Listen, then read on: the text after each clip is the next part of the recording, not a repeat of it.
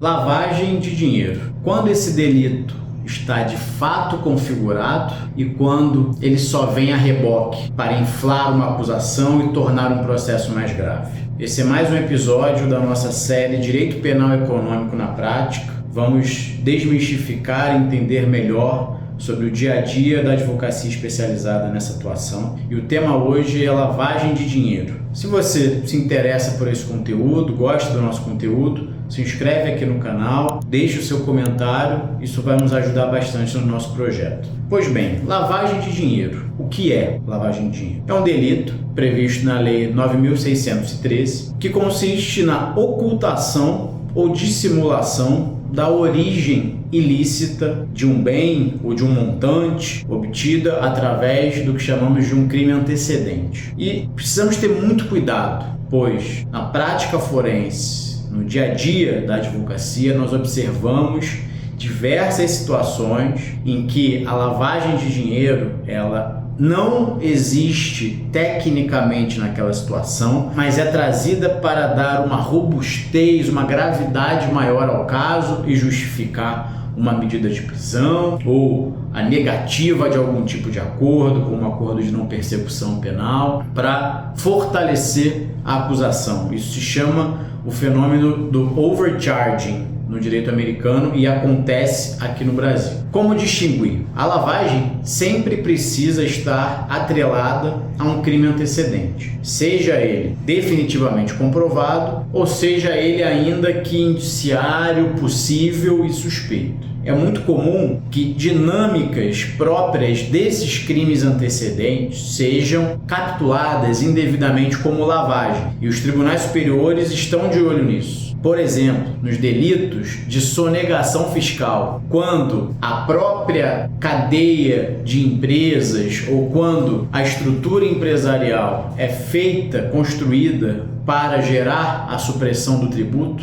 quando esse é o meio empregado para gerar a supressão do tributo, não há que se falar aí em lavagem de dinheiro. Não há que se invocar a complexidade da teia corporativa para adicionar mais um crime, adicionar mais uma camada, pois essa construção já é para a justiça penal a forma que gerou o crime antecedente, a forma que utilizada para a supressão do tributo. Isso não pode ser valorado duas vezes. Afasta-se então a lavagem conforme entendimento do Superior Tribunal de Justiça.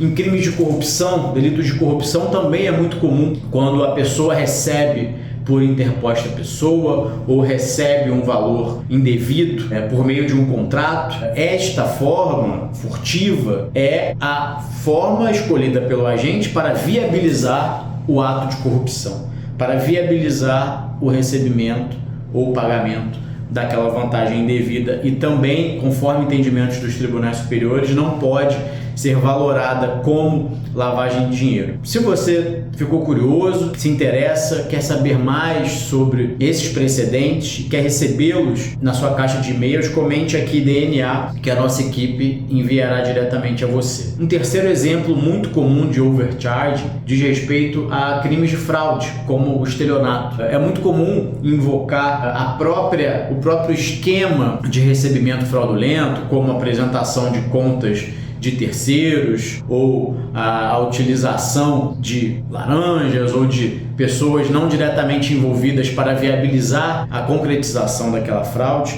que se adicione aí uma camada de lavagem de dinheiro. Os tribunais superiores também estão atentos a isso e afastam o crime de lavagem nesses casos, pois, de novo, eles já consubstanciam o próprio crime antecedente. Essa facilitação foi a forma empregada pelo agente para a prática do crime antecedente e não poderá ser valorada por duas vezes. É muito importante que o advogado entenda e fique atento a esse excesso acusatório, pois ele pode inviabilizar acordos penais, benefícios despenalizadores, como a suspensão condicional do processo, o acordo de não persecução penal, e também, muitas vezes, serve de recurso retórico para pedidos de prisão, busca apreensão e medidas cautelares mais gravosas, e o advogado precisa interceder, precisa mostrar, desde logo, de que não há, conforme esses critérios e balizas estabelecidos pelos tribunais que mencionamos agora,